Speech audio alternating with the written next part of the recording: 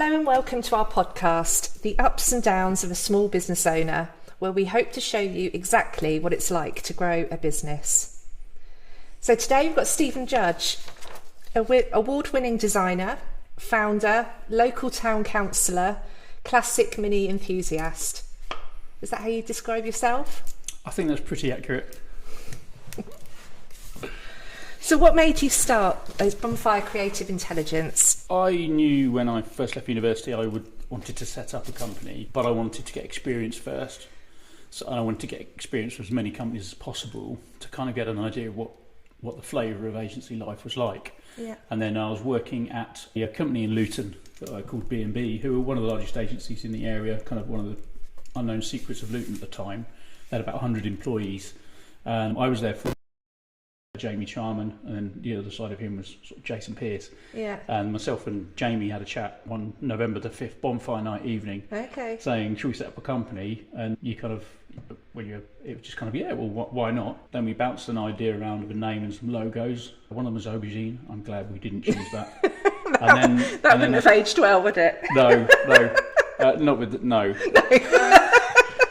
Yeah, At least we'd have had our own emoji. And then we invited Jason in, and then also a guy called William, who would have been a sales rep. Okay. And then about 3 months later, we set up the company. I was tied into a year's contract in London in the first year, which wasn't, it was a good thing because we didn't leave and take clients or, do the usual group of people leave an agency with a client and set up on their own, which is how most agencies appear. And then we just kind of hit the ground running from a dead cold start.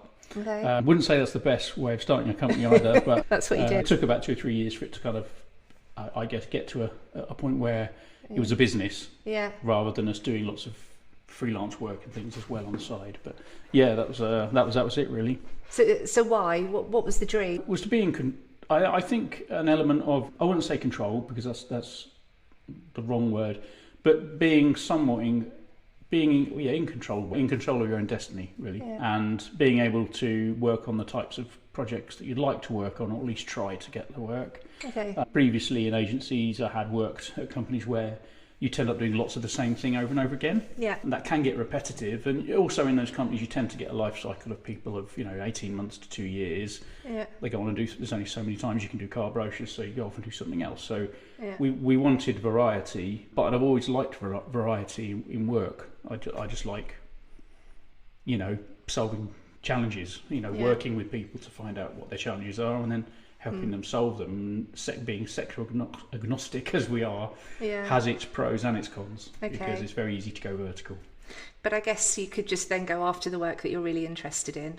Yes, and all of our works pretty much come from word of mouth and personal networks and contacts. So, and that's the way, pretty much 90% of all of the work came from for about 14, 15 years, until we started using and trialling out various lead gen companies with mixed and varied results. So how did you build your brand? Build the brand. Initially, we were quite an introverted business, in as much as there was a few of us sat in a room. Some of us were freelancing ad hoc throughout the period of the months for the early years, and we started out with a kind of a loose idea of what we wanted to achieve. And then there was a lot of hard work in terms of driving around industrial estates, getting names of companies, writing our own sort of targeting lists. So there was a lot of that, and we started it was literally just knocking on doors or ringing people, which anyone who's ever worked in new business development is probably the most demoralising job in the business, because you get 99 no's for the one yes. Yeah. So I would say in the early days, we were Bonfire Design Limited then. Okay. And towards around about 2000, we started to do some quite interesting projects, events, more branding work, some education work, some cultural work, and it was you could see it was sort of starting to kind of take a sort of a direction of his own. And in 2006, we were looking to change the company name. So I went through a process of looking at what is it we want to do, and I was always sort of the one pushing for kind of do more of the creative consultancy work, and my partner was always pushing more of the design work. Yeah. So there was kind of like a good, what would you call it, like a sort of a good sort of creative friction there, in as much as one begat the other anyway. They both sit side by side. And the one thing we came up with was this theme of creative intelligence at the time. So that became our strapline and our methodology, which is we've had since. And that was the first time we really spent any time trying to define who we were as an agency. Okay, so, and that sets you apart from other agencies, I presume? Yes, although in the agency world, it's you'll find lots of similar. It's like in any industry really. How do lawyers differentiate themselves in any sector? I think what we've done is we've created something that we could own from a personality point of view. We don't necessarily own the words because they're part of the English diction. So I think what we've got is something that all of it together is what projects who we are and what people have become to know us for. Yeah. But I wouldn't say it was 2006 that I sat down and went through a research process. We interviewed clients as well, and then coming up with that line and that name, and then obviously coming up with the identity as well, which we've had ever since, and we'll keep the actual logo itself. But the brand probably formulated itself taken more of a solid shape in 2006, and we've just done kind of micro evolutions since then. To maybe a bit of positioning or the words we use to describe the work that we do based on what we think the clients are looking for at that moment in time. Yeah. Okay. And how important do you think the people around you have been to your personal and business journey? Very. And even, throughout the years, we've had ups, we've had downs, we've had big years, we've had small years, we've had tough years, we've had easy years. And the one thing you can never not do as an owner of a business, or anyone senior in a business, is you can never stop learning. Yeah. The nuances of the different types of people and how they interact with each other. We've had, times when everyone's got on. We've had times when at certain times there's been 3 or 4 people who've been quite toxic for each other, which then rubs off. And as an owner, that affects you emotionally as well as... Yeah. Because your HR, your MD, you're looking after finances, you're doing the policies. In a small business, there are no single hats to be worn. No. One's wearing multiple hats, and whilst you could toe the corporate line, anything that's going on internally does take an emotional toll on you as well, not just a professional. Yeah, absolutely. Because you can't shut the door at 5 o'clock when you're a business owner. They become your family as well, don't they? Your work family. Yeah. And that's where I think with a small business, you've got the added value of that. Which is a pro and a con. Yeah. Because with that kind of environment, with it comes trust, with it comes loyalty, with it comes, those kind of lovely everyone team hug moments when something goes well and everyone hugging each other equally when it's not gone so well. Yeah. And I think when you're in a small business, when big corporates, if someone does something wrong or breaches trust, it's just dealt with there and then, out the door, gardening leave or what do you call it, gross misconduct or something, it's just dealt with there and nipped in the bud and never spoken of again. Yeah. Those kind of things leave echoes and scars on a small business because it's such a small community and it affects all of the people around them as well. Yeah. So it's got its real pros and cons in that you have a real close knit team. Yeah. But it only takes one action of one team to suddenly to kind of change that culture overnight, and then it takes a long time to build that back up again. Yeah. Yeah. I kind of think of it as like a dysfunctional family. I think so. We can all disagree internally, and we quite often do. But actually, to the outside world, we're a united team. Yeah. And I think it's the difference. You don't have to agree with anyone all the time. You just have to. No. Because in the area we're in, everyone's got an opinion. A lot of design is subjective. There is no. Yeah, I guess so. There's no right and wrong, is there? It doesn't have to be read, even if the designer's screaming it needs to be read because it was their creation. Yeah. There is elements of it that are subjective. Yes. Yeah. So and our opinion isn't the same as the client's opinion or any of their friends' opinions. So there are elements of subjective and elements that are kind of they're a given, an accepted way of working or an accepted practice, and then elements of subjectivity, which sometimes make projects complicated. And we're always stewarding a mixture of opinions. No matter what we do as an agency, we're always stewarding.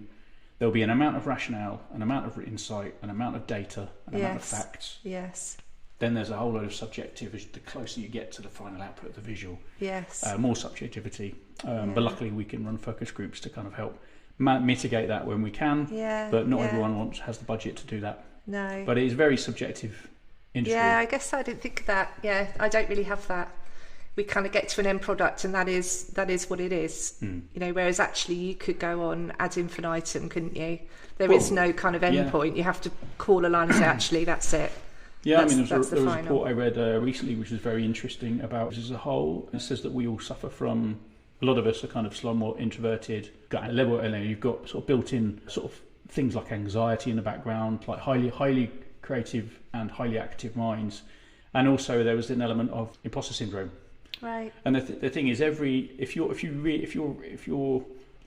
creative and you really love your work, now the minute you finished a project, the first thing you realise in the morning is what you could have done better. Yeah. Oh, if I'd only just moved that a bit further to the right. Oh, what if it's a darker red?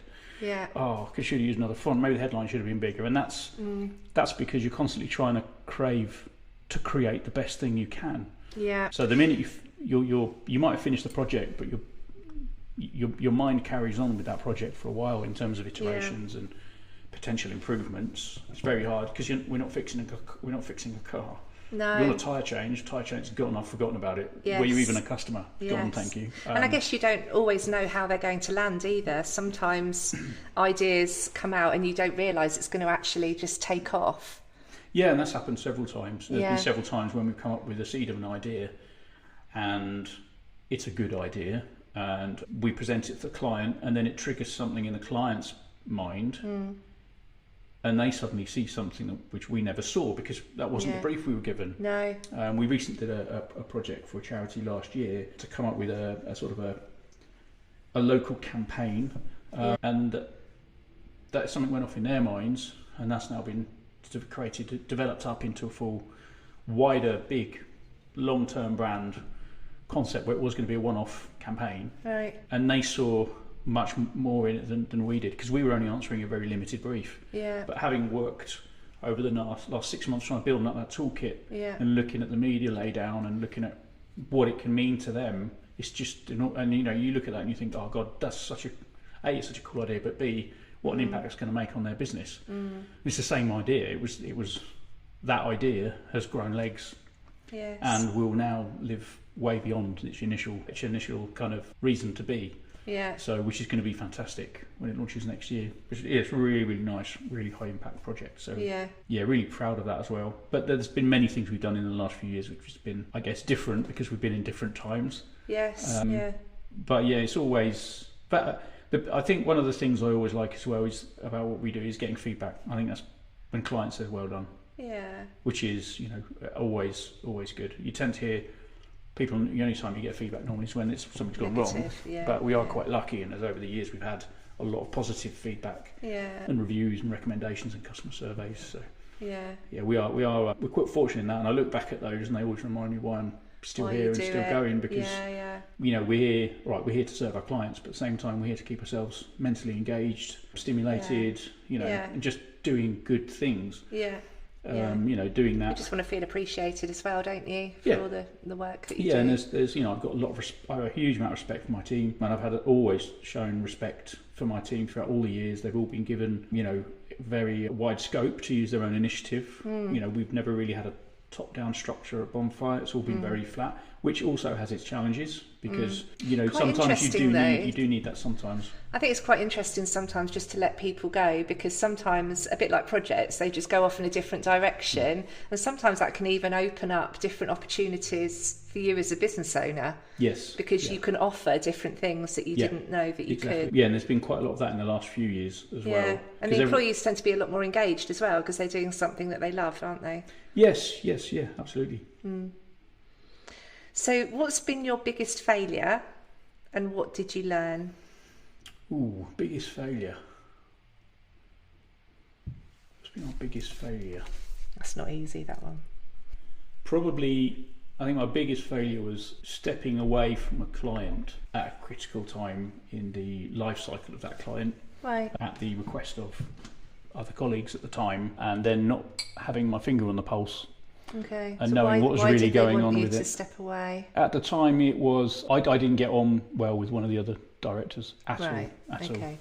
And it was a kind of a them or me moment, and they were not always operating in the full interest of the business. So I we had about 14, 15 people leave. Wow. Citing them as a reason. So it was over a period of about 6 years. So not in one go. There'd been no it's a mass walkout. Yeah, there'd be no one there. And that was, I think that period is probably my biggest failing, was not being able to communicate with my other partner what issues I was seeing, and I was getting feedback from the team. So, and I can't deal with them on my own because there was 3 partners. Okay. So were you aware it was happening, or you kind of almost tried to pretend it wasn't happening? Things going on. I was aware there was a lot. This was kind of one of the periods when it was there were pockets of toxicity within the business. Yeah. Which is really hard to take when you're an owner and everything was, all lovely and jubbly and nice and loving up to some of that point. But it trained over a 2 to 3 year period. The environment at Bonfire changed quite drastically. Right. And I don't think that's just my feeling. I think that's the feeling of all 3 of the partners at the time, to be able to address some of those issues with each other and then deal with them. But there was just a high level of issue around how certain projects were being managed, how they were being delivered, whether they were being profitable or not. Right. And I think there was an element of too many cooks to spoil the broth at that moment as well. Because then the team wouldn't have known which way to follow either. Exactly. Yeah. And there was a lot of conflicting messages coming from the board of directors. Right. Okay. But I have to take responsibility for my part in that role, because it's 3 people, and there's not one person. There's 3 people there who couldn't agree on certain things. Yeah. And that was picked up on. I think you can't hide that. No. If you've got 3 people that aren't getting on, you can't hide that from the team, and that kind of made the team on edge. And there was, like I say, there were pockets of toxicity with the business throughout that whole. There was about 4 years where I would have said Bonfire wasn't Bonfire. It wasn't the place that it was for 14 years, and there was about 4 years where it wasn't Bonfire at all. Right. It was just a place to work, and that's heartbreaking. That must have been really draining personally as well. Yeah, that took its toll in many ways. And I look back at that, and it's funny because you bump into people and they say, there's a couple of years where it was, they were like kind of like the Bonfire's been going for 22 years. And for about 4 years we had a larger core team than we've ever had. Yeah. And there's elements that a lot of people you bump into people and they go, it was fun, blah blah blah blah, and the team was big. It's just, yes, but it was quite you forget we were. If you want to read through everyone's review notes, everyone was moaning about everybody. Yes. It was quite a disheartening time. Yeah. And there was this kind of inner, people trying to get one up on each other and things like that. It was a period when it wasn't Bonfire. Okay. And is that because you expanded quite quickly? We expanded quickly. I think it was more because people could see that the owners of the business weren't aligned. Right. And that has a massive effect on the motivation of the team, but also the productivity of the team. We're looking at if I did all the analysis, as you helped me with it a few whiles ago. We at one point we were at 25% net profit before tax. Yeah.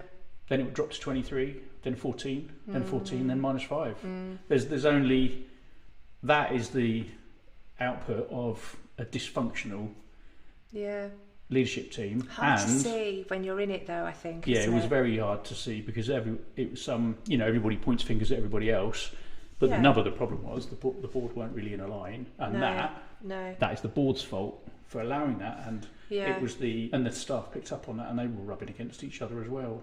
So what weren't you in line with, do you think? One was the direction of the business. I think a lot of it was around how certain aspects of the business should be managed. Right. So how staff performance should be managed. Okay. How the directors should dress and be perceived within the business. There was a lot of sort of silly things that were talked about. Okay. But I think the biggest failing was we were doing all right and no one was really looking at the numbers. Yeah, no one was watching the numbers. Right. It was just fun. We were overstaffed for about 6 years by a significant number of people. Okay. Given our turnover in fee, not turnover, because obviously we buy in stuff. Yeah. Our fee income was significantly disproportionate to the team. Okay. Plus we had 4 or 5 freelancers on the books permanently. Yeah. Okay. Which for the work that we had, we should have been able to do all that without the freelancers. Okay. So there was a lack of sort of control. But then again, you've got 2 guys who used to work in agencies and a guy that used to run a digital agency, a small digital agency. And we'd not run a business of that size before. No. And it's quite a big step change, I think, isn't it? Yeah, I think it showed. Yeah. And I think the sad thing was, like I say, initially it was okay for about a year and a half, and after about a year and a half of the third director coming on board, there was cracks starting to show in how some areas of the business were working. And like I say, we had about 14 people, sort of name that person for reasons to leave, which was, but looking back, you kind of go, well, you learn, but there's some things you wish you didn't have to learn. But if you didn't learn, you don't grow. You're not human, are you? No. And no one's got the answer for everything, and nobody's perfect. No. So I think I'm glad that's behind us, and what's really nice is the feedback we get from clients and members of the team, recent and present. We've got new people coming in. Yeah. It's been the last 2 years have been really nice. Yeah. And it's getting back to where we were in sort of 2013, 14 in terms of team and people supporting and working together rather than against each other. Yeah. I'm just trying to sort of compare it to how we work, because David and I are completely opposite people, but our core values are the same. The direction, actually the goals and what we want to achieve is exactly the same, but the ways that we do it and actually what we're good at are completely different. Yeah.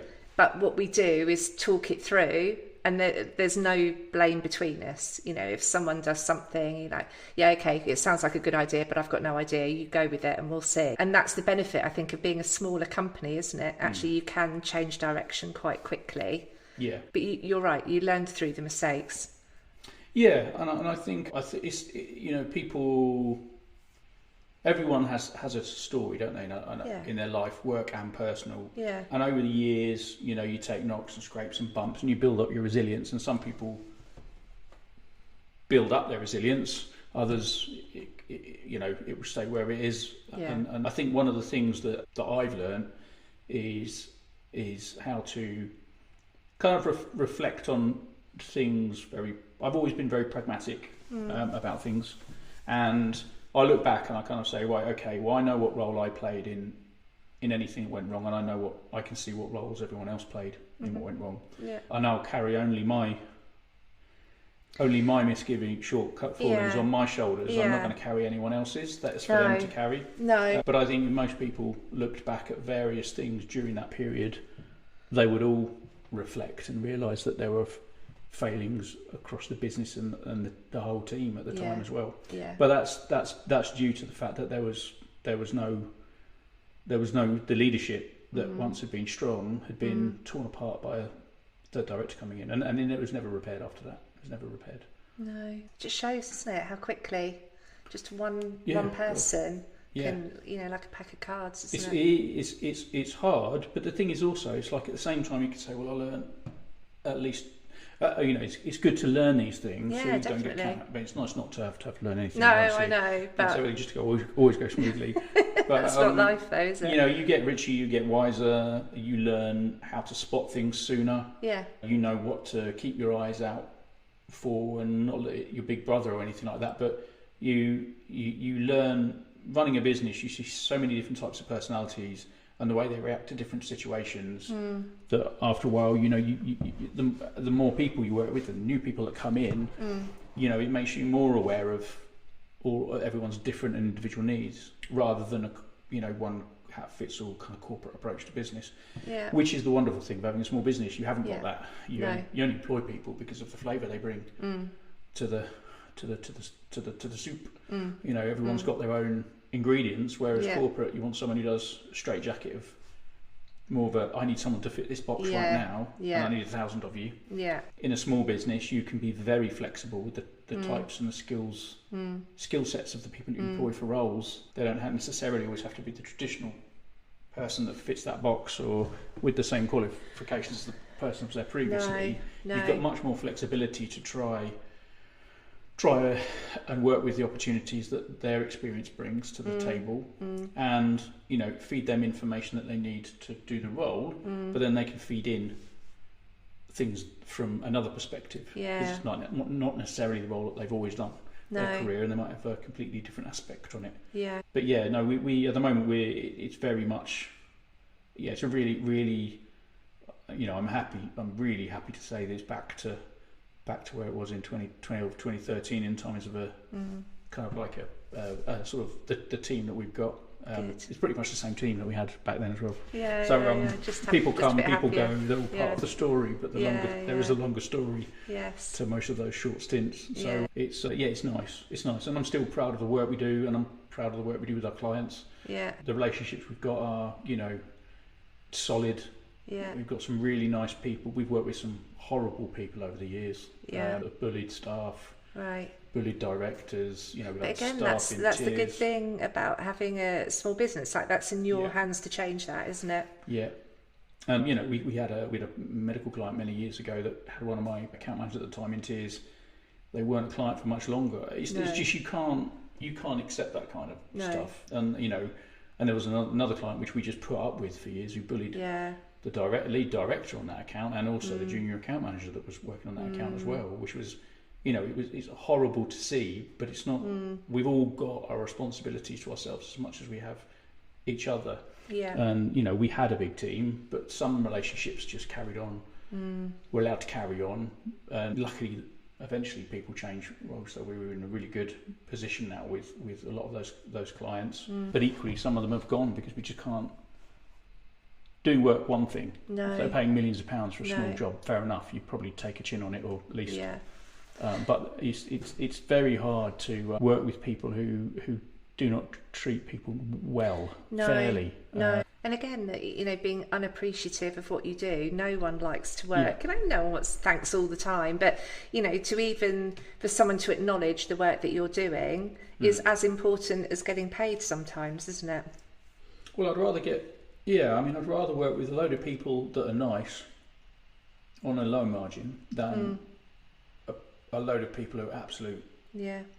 We had one client, and actually what we found it doesn't happen overnight though, does it? So over a period of time, just all of a sudden, I think because I was slightly outside of it, so I wasn't working in it, and I could just see the atmosphere of the office getting progressively worse as this client just sort of dominated. 2 members of staff actually ended up in the end. So it wasn't even cost effective, but they were our biggest client at the time. And actually the relief, no one would have said, can you please get rid of this client? But the relief when we just took that decision that actually no, they're going, the difference to morale was incredible. And the staff so appreciated that as well. No, but it's been hard. I mean, I've had to make some hard decisions around people, and in more recent years on my own. If we've got someone who's not quite a good fit, I've had to, rather than having just a round table discussion with a group of people saying how we can deal with this. Yeah. You just wake up in the morning with a grey shit cloud over your head saying, "Well, I can't deal with this today." And but when you do deal with it, you suddenly see the team come to life. The relief. You get thanks as well, because they don't see it as their job to say someone's behaving in a certain way. No, they expect you just to see it, be all and see all and everything, but you can't see everything that's going on in the business. No matter how small or big your team is, because you've actually got tasks to do as well in a small team. And sometimes you miss the nuances of behaviour or tone of voice, and I think, but it is there's been tough, but it's nice then that when you do make those decisions, because you're always worried about, if you make a decision like that, what's the impact on the team. When the response is 100% positive and you get this, you did the right thing and blah blah blah blah, and then everyone just suddenly becomes buoyant again. It's in a small business, I think the hardest thing is when you've got someone who's not a good fit. And I think as we've all been guilty of times of kind of not really realising that at the time and thinking everything's going to be all right, but you don't realise how much it affects the rest of the team. Having someone who's not particularly as productive as they are, or slower than they are, or mucking about all the time, or telling rubbish jokes, or it's all great and it's all lovely. But the flip side of that is what they see is someone who's not as busy as they are and earning a living, and they're working late and they're going home. You have, and the only advice I've got myself there, and for anyone, is you need to nip that in the bud straight away. We always left things. We were too nice. And I say just that hope it's going to improve, don't you? I say that with a small n, because if we'd been super nice, we'd have dealt with it there and then. We were too nice in as much as we if someone's taken a long rope, we just give them a longer rope. And then to give them a bit more longer rope. I wouldn't say we were the best at dealing with sort of internal sort of matters over the years. No. Much more, on it now, and everything gets dealt with there and then, and a way of keeping, the motivation and everything going in the right direction. But because it's for the greater good, actually, don't you? Because you want to keep the nip people that are really good. So how do we foster this atmosphere that actually everyone's pulling together? And if people aren't pulling their weight, it's no good for anyone. And people know. If there's a member of the team who's perceived as not pulling their own weight, you'll know, because you'll be told by the other people who are earning, being paid to do a job, and they will let you know that so and so's light on work.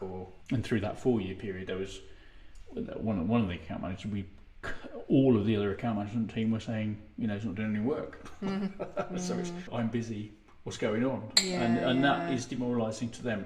And so I think, and that was left to carry on for far too long as well. Even more demoralising if it's not dealt with. I suppose it's taken them quite a bit to come and approach you, and then for it not to get dealt with. It's like when someone leaves, you think, how do we tell the team? And there's been times where we've left it to the last minute. There's been times where we've told it straight away. And I would, nowadays it's just always within a week. Just give you time to sort out a few bits and pieces, and let your clients know straight away. As soon as you put staff know, let your clients know. In 99% of the cases. So what's been your biggest success? Biggest success. What, in 22 years? Probably surviving 22 years. I was trying to find some stats on that, and I couldn't actually, but not many. Well, we've got a bingo call now, haven't we? 2 little ducks. Biggest success. I can only really speak personally in the same way most people, because I'm my own business owner. I can't really look at it objectively around it, but I would say some of the biggest successes have been. No, it's not. No, right. I'm going to change my answer. My biggest success was picking up a company in 2019 in the state that it was in. And turning it around. And no one knows how bad a state that business was in. Other than me. Well, actually, and maybe 1 or 2 other people, the accountant and maybe my business partner at the time. But we when in 2018, we had a contract end. Over that year, 2p failed. We lost over £200,000 worth of cash over the following in that year. We were running at 20 grand a month loss from April that year right through to the day my partner left. And we were still running. It took me 9 months after he left to get it to break even. For that, to me, I wouldn't want to do that again. No. And if I was doing it did again, you ever think in that? Okay, fine. But did you ever think at any point, actually, I'm not doing this? That's it now. About every 3 months, probably. Right. But what kept you going then? Stubborn arsehole, I think. I was just so stubborn. This is my baby. I can't. I felt like I'd be letting myself down and all the staff that had ever worked there down by just going, which is not my problem. And I think very differently about it now. Because it is my job, my life, my work's about me. But as a founder, there's something, isn't there? There's something quite emotional about what you've built, I think. Yeah, and also I think a bit of pride as well. We did some amazing things. I look back at the pictures. Because myself and my previous partner, we had basically our own portfolio of accounts. So I was kind of always out the one networking, meeting people, kind of doing the new business side of stuff. And my partner would be more kind of in the office doing kind of like the sort of more like kind of like some of the design management stuff, and also running his own client base. So things. In between 2006, 2012, the amount of work that I brought in and the amount of pitches that were coordinated, that's kind of like, that's just like the thrill. And then we went through this stage of being sort of, I guess, larger, even though we were still a small company by the scale of by the scale of just normal businesses. And it just all the checks and measures that were there up until about 2013, 2014, I could tell you what every line item was on our accounts. I could tell you what all overheads was between 2013, about halfway through 2013, right away to 2018. And I picked the accounts up again in January 2019. i.e. the accounts were completely unrecognisable. Right. There was no way of really understanding what were our fixed overheads, what were the overheads related to the digital services that we were delivering, our hosting and all this kind of stuff. Okay. And I'm going through all of that. So you're kind of running blind. Yeah, running blind. It took 3 months just to try and just trying to work out where the money was being spent, because there was a lot of money being spent. Yeah. Then working out where it had to be trimmed.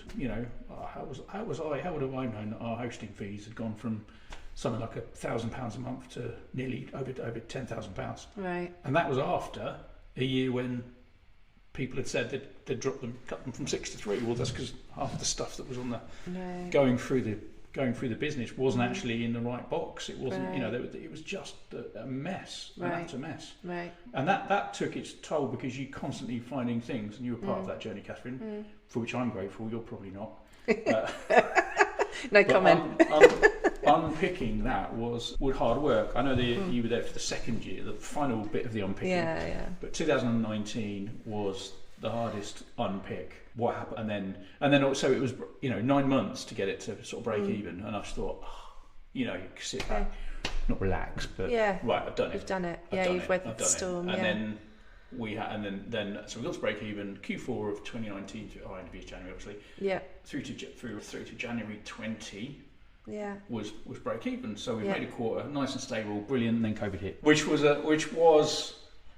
I kept in contact with a lot of agency owners and a lot of professional contacts through those first 3 months. And the conversations that were had were obviously Chatham House rules, but the amount of plan Bs that were being formatted during those 3 months was, because we had no one had any control over anything. No. Are we locked down? Is there going to be furloughs?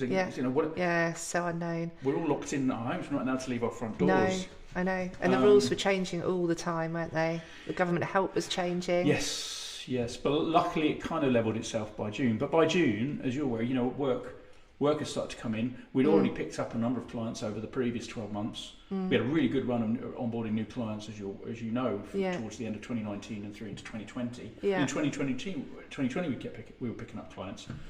So what was lost through COVID was gained through new business acquisition, and then 2021, was what it was, stable, and this year's been about looking to reshape the business a bit in terms of how we operate, where we actually, now we've got time to actually do it and activate. Right, so rather than having ideas and then being held back by whatever's going on in the economy and the world, we can activate our ideas now.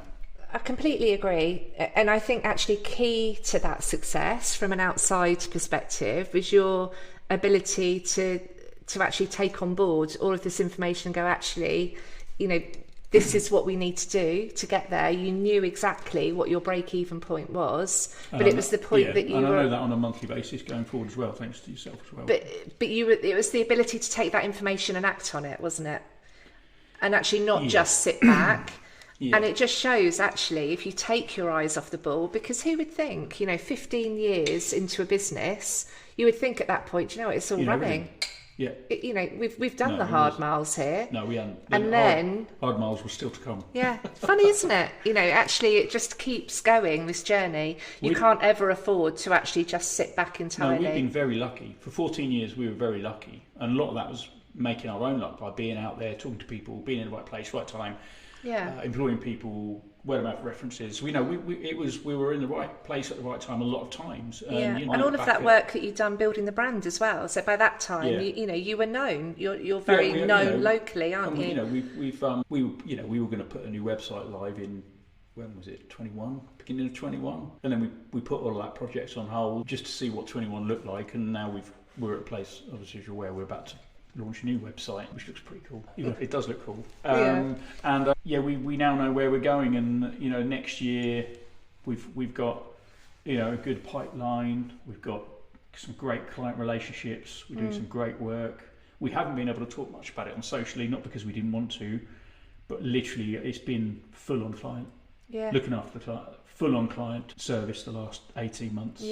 Whereas we could have, I've got the next edition of 511 that's been sat there on my desk, which was our old newspaper, sat on my desk for 18 months. I haven't published it. There's a couple of articles still needed, but we we just thought, no, stop for a minute. Let's just focus on this work, these clients. Let's develop those relationships. Let's expand the relationships. Yeah. Let's just service them the way we should. Yeah. And the good old ways, and just do everything we can. And now that's given us a bit more time this year to think about what we're doing. So now I think we're very clear, very, very clear on what I'm doing and the direction we want to go as a business. Very clear on which sectors we'll be going after in terms of client base. Yeah. We're not going to have one sector again. Like I say, we like the variety. Yeah, but there are 4 sectors which we've delivered specifically significant results in. I think it's too much of a risk, one sector. Well, yeah, luckily none of them are. I mean, no sector's recession proof, but no. I think where we are at the moment is we've had hospitality clients in the past, and with the greatest respect to the sector, you know that next year's going to be tough for hospitality. Yeah, it's hard. And there's cross-learning, I think, isn't there? Yeah. You know, if you only work in one sector, actually there's stuff you can pull across and learn from. Yes, yeah. It's portable skills, you know, if you've got one job and you're an account manager, and then you can be a project manager somewhere else. Yeah.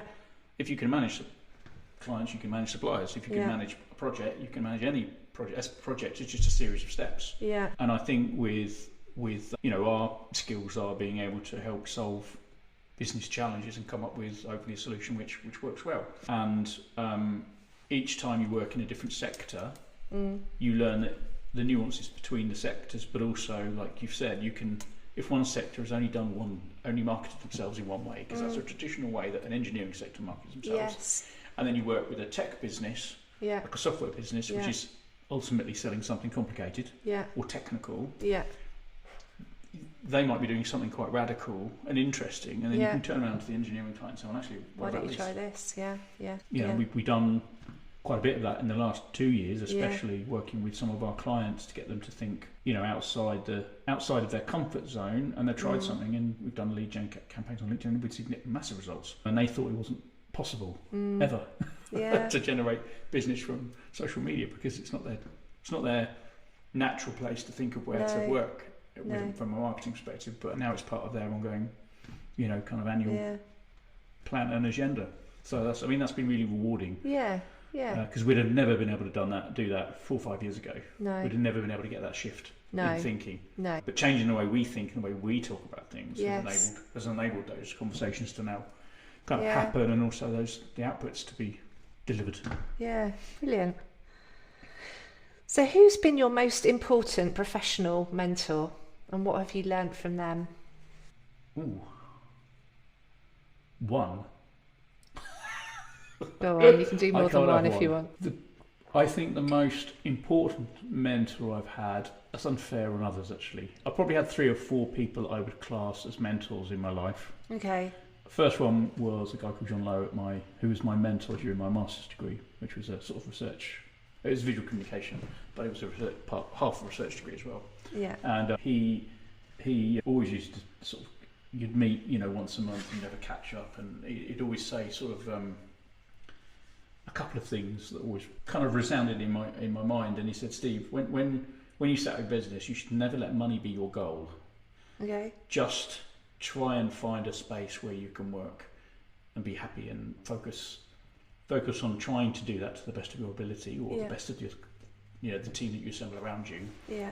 And then the money will come. The money will come. And the other thing he said was never use the word value in a brand proposition. Okay. Because value has no fixed meaning, and what's valuable to someone isn't valuable to another. So have you kept with that? Yeah, and you know, my mum and my nan have provided me with lots of anecdotes. Yeah. A bit old school now, and some of their traditional thinking. You know, there's no such thing as can't, only won't. Okay. My nan's favourite terms, and also if you're not going to do it properly, don't do it at all. Yeah. Those kind of things I keep in the back of my head all the time. Yeah. But then moving on from a professional capacity, Alan Bell was a mentor I picked up through a DDA scheme, 2020 scheme years ago.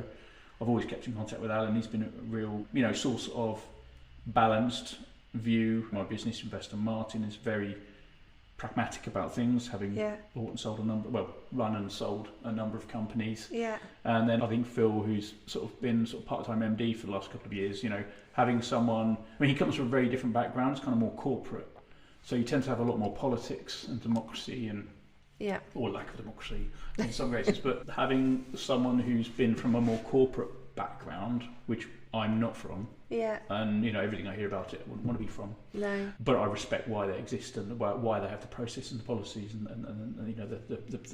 the organisation that they are. I think having that as another checkpoint's been really useful, because with that comes just it's a different perspective on how to view certain outcosts, or how to view certain conversations in a pipeline. Yeah. Because anyone who knows me is, when I'm new business, every time I speak to a new person, I'm like a puppy with a new toy. Yeah. Which is great, because at least someone's seeing someone who's excited about what they are and what the potential of their business is. But maybe not necessarily they've not got any money. So I might talk with them for months. Yeah. No, I've that with David. Everyone he speaks to, that's a definite, Katherine. They are definitely coming in. You need to resource that now. Okay. Well, let's just wait until that's signed, shall we? So that, and that's been. I'm still like a excited puppy every time I get a new inquiry. I love it. It's kind of like I say, new business is one of the most demoralising things at all, and there's nothing better than just someone saying, "Oh, so you recommended to me," and that's just the sort of need, really. It's just you don't need much, because you get doing what we do. You kind of get, there's a lot of enjoyment in seeing, because what we produce, the outputs are often it's a beautiful piece of artwork or a beautiful design.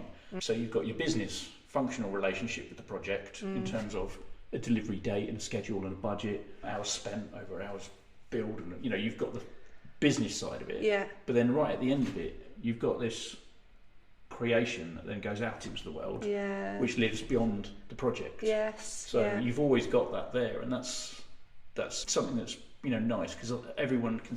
A lot of it, depending on what type of work it is, people can see it. Yeah. And people say, "Oh, I saw that," and you go, "Oh, we did that." There's something nice about having that. It's just something extra, I guess, we get as people who create design work. So we've talked like the whole business cycle, but if you could go back to the beginning when you had that excited conversation on Bonfire Night, would you do it again? Yes. No. There's things I do differently, but I can't say that. No. No one can say that. No. Because the decisions you made at the time, you thought you were making for the right reason at the right time. Yeah. And you can't regret decisions. No, definitely not. Because they were the right design at the time, otherwise you wouldn't have made them. No, that's right. It's learning from there, isn't it? Yes, but then you look at why did you make the decision at the time, and it was generally each decision you've made that you look back on and say, well, I could have made that better. I don't think we've made any wrong decisions. I think we could have made better decisions. I think each time you make a decision is based on where you are in a life cycle as an individual and a business. So the more experience you have as a business, we wouldn't make some of those decisions now, because we now know more. Yeah.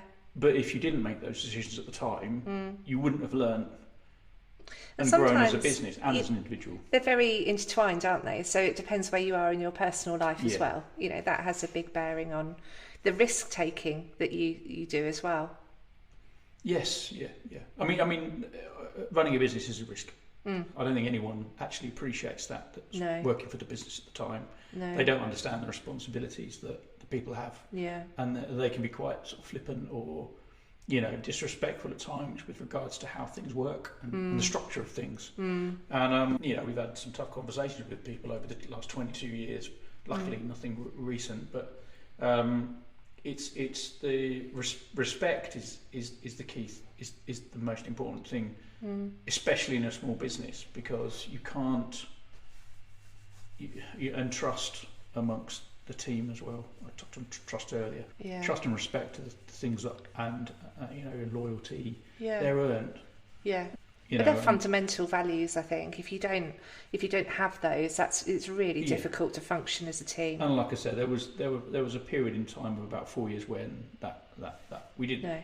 I was hiding our values there in most of our promotional materials that have been on our website forever. But, community, integrity and results. Yeah. And there was a period when I don't think we've ever stopped to serve the community. It's one thing even when I've been told not to, I will not stop doing all the community work that I do. The integrity, I think, had cracks in it.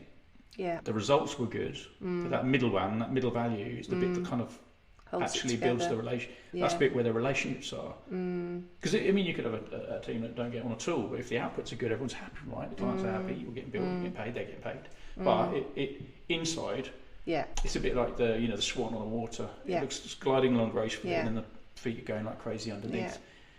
It's that, and I think there was a lot of flappy swan feet for those short periods.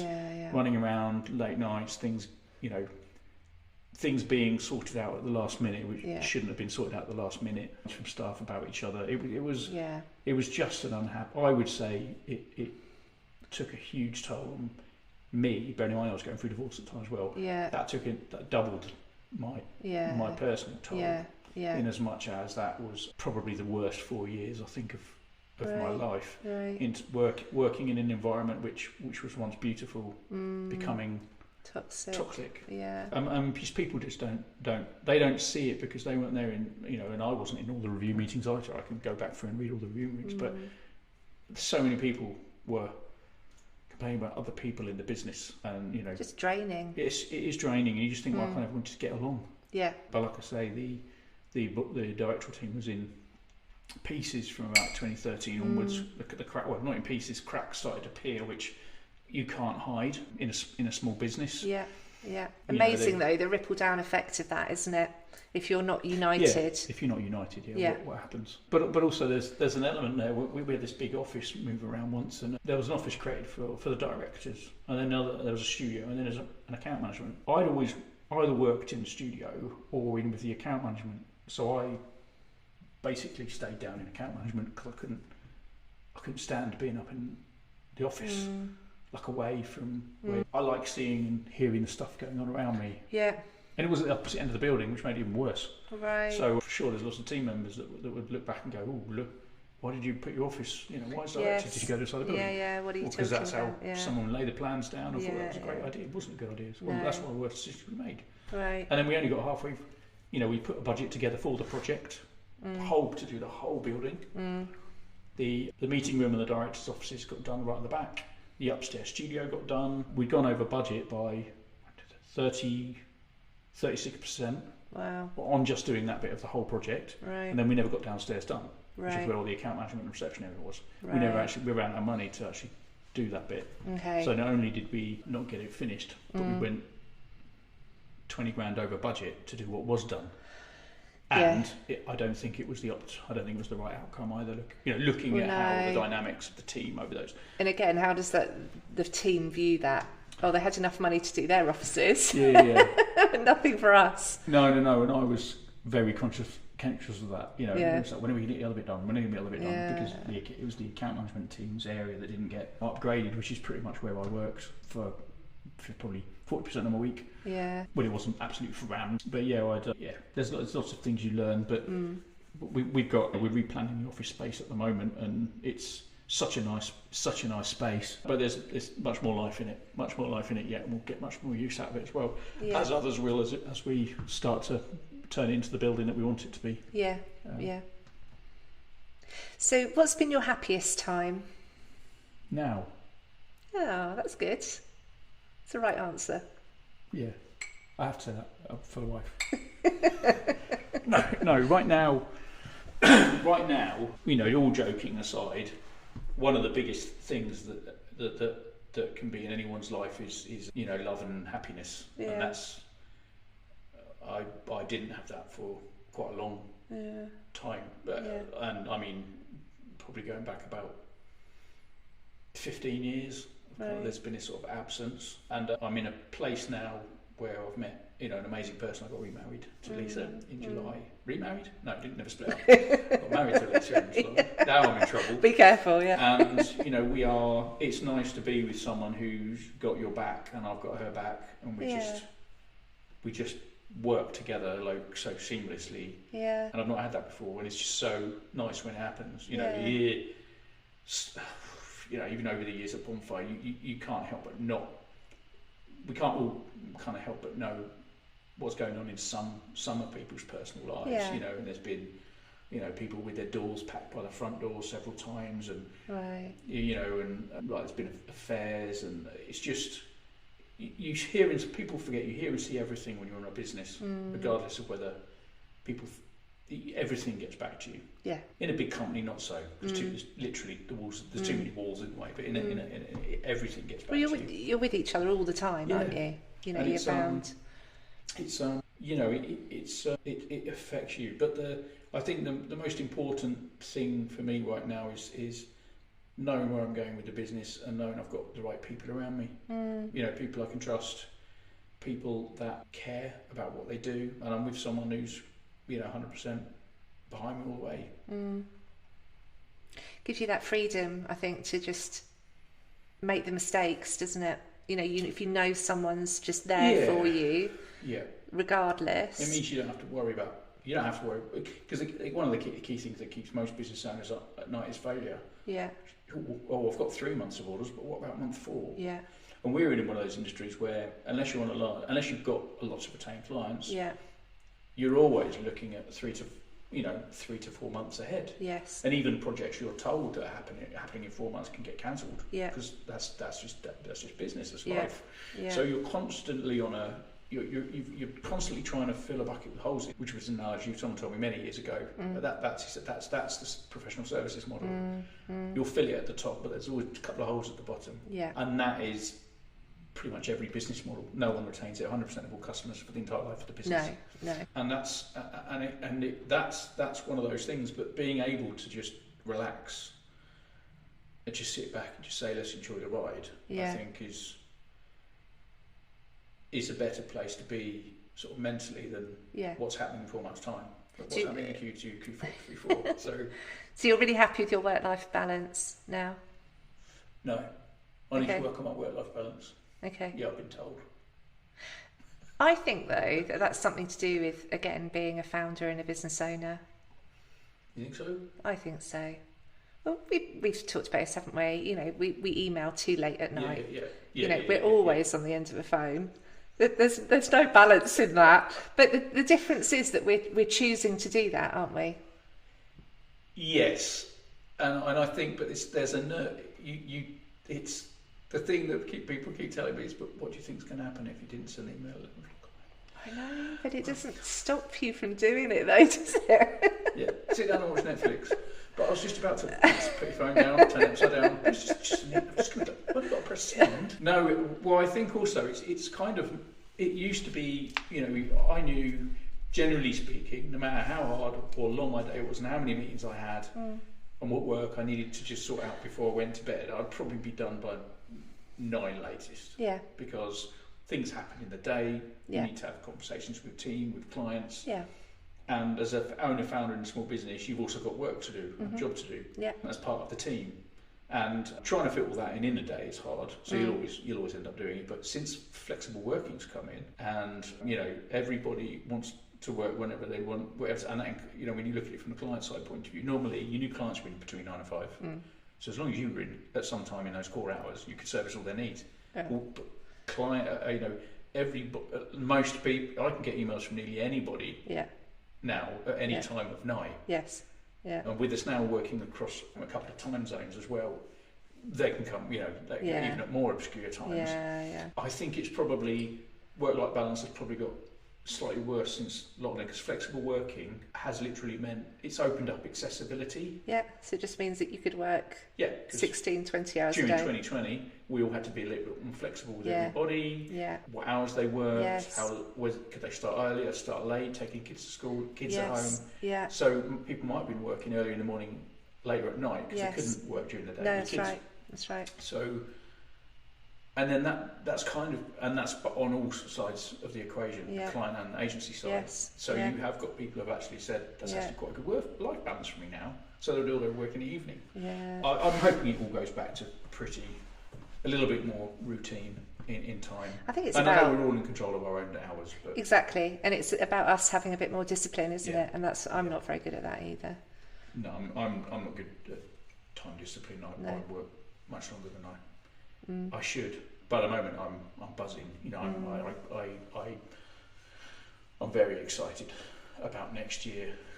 New members of the team starting shortly, so it's we've got some nice exciting work to share from the last 2 years, which hasn't been shared as well, which will all be going up soon. Good. So we're not doing 511 again, newspaper, but we are going to do an annual, like a yearbook. Okay. But then this one's going to be about a 3.5 year book, because there hasn't been hasn't been a bumper edition 511 since 2028. I think early 2019 was the last one. So there's work from 2019, 2020, 21, 22. It's not seen the light of day. Right. Some of it has, because it's picked up. We picked up a couple of awards in the last few years. Yeah. Which has been nice. It's been lovely for the team during COVID and that to pick up awards. Yeah. They're always fun, aren't they? The dinners. Yes. Yeah. It's some very funny people, interesting people. Yeah. But yeah. So yeah, it's just. I know we're heading into a recession, but as you read the slightly more economist style titles, it's a technical recession rather than everything that goes with a normal recession. Employment is high, not low. Yeah, and I think the difference is through COVID, we've learned this resilience. We've learned actually that we can get through these tough times. Yeah, and we just need to adapt slightly. So I don't think. There's possibly the fear, that there was years ago, oh crikey, we're going into a recession, this is awful. So okay, this is just another hurdle that we need to overcome, and it can't be as bad as COVID. Yeah. So we've done it once, we can do it again. Yeah. It's a different mentality, isn't it? Yeah. Yeah. I still find it hard to believe that I couldn't leave my house. I just can't believe it's real. It's like a dream. Yeah. And not necessarily a bad dream, which is a surreal dream. Yeah. That we weren't allowed to set foot outside our house, apart from for an hour's exercise an hour and a then go day. back in. I know, crazy. And it doesn't seem possible that you could enforce that kind of a rule either. No. Well, everybody. It's funny though, I don't know if you were the same, but I used to it was a strange dynamic, wasn't it? Because there were some people at home working more hours. So I was working more hours, you were probably working more hours. And then you had other people that were just sat in the back garden for 6 months on furlough, doing nothing. How's this working? Buying gym equipment or building extensions or buying a £10,000 bicycle. It's like, oh God. Yeah. Yeah, make most of it, because you're not going to get another year like that. No. You have to earn it now. Okay, can you describe yourself in 3 words? Creative. Stubborn. What do you mean?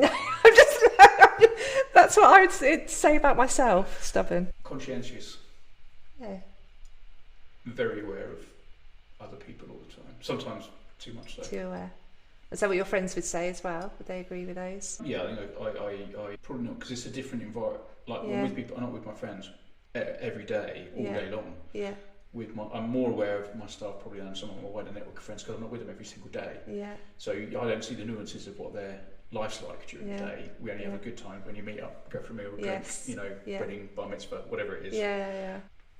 And obviously the older you get, that they become less frequent, so you make more of them when they do happen. Yeah. But I'm very, very aware of the people around me during the day. And family, I think, would say conscientious. I'm very, very aware of how people are feeling and the way, how things affect them.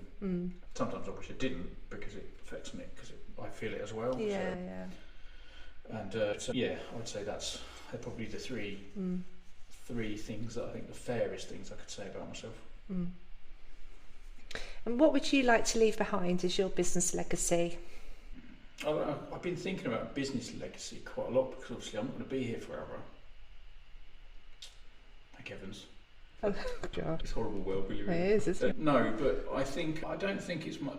It's in terms of legacy is really a personal thing rather than a business thing, because you build a company up. The company then can sometimes take a life of its own, and therefore the legacy of the business is no longer yours, because it's living a life of its own. I think if it was a business legacy, it would be for people to look back at, look at what great work was created during the periods when they were there, and that's something tangible that lives on, actually, isn't it? Lives on, their memories. Yeah. And I think, and also for the clients, remember that campaign that we created? That's then like the nice things. Yeah. But I guess for me, it's my kids just knowing that I try my best. Yeah. Really. Yeah. They're the most, my family are the most important thing. Yeah. So it's, as long as they see me working hard and they see me pushing and trying to do my best, which isn't, sometimes you get it wrong.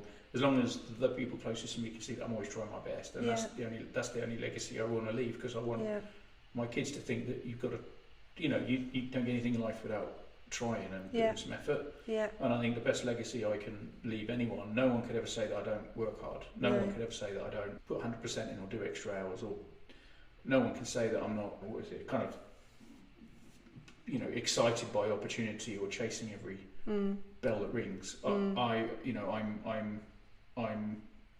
But it's really that the element of it's really just to sort of my kids know that I did everything I possibly could, really, which is obviously part of my business because that's what I do. But so it's them first. But the legacy of Bonfire, 4 years ago, might not have had a legacy.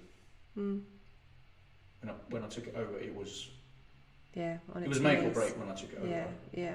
And by some miracle or whatever, it's managed to kind of do a lot in 2019, which helped with 2020. 2020 wasn't easy, but it certainly wasn't as hard as 2019. No. But it's all lining up nicely now, and my legacy is my kids to know that I always do my best, I think. Okay, final one. You'll be pleased to hear. What's the one question you wish I'd asked you, and how would you have answered? I actually don't know. I wasn't looking covered it all. Questions. I think I don't know. I honestly don't know. That's it's good. not for me. It's not like me not to be able to talk. But as anyone knows me knows. No, I actually don't know. Actually. Yeah, covered it all. Yeah, I think so. Yeah, good. Well, thank you. It's been a really interesting conversation. Pleasure.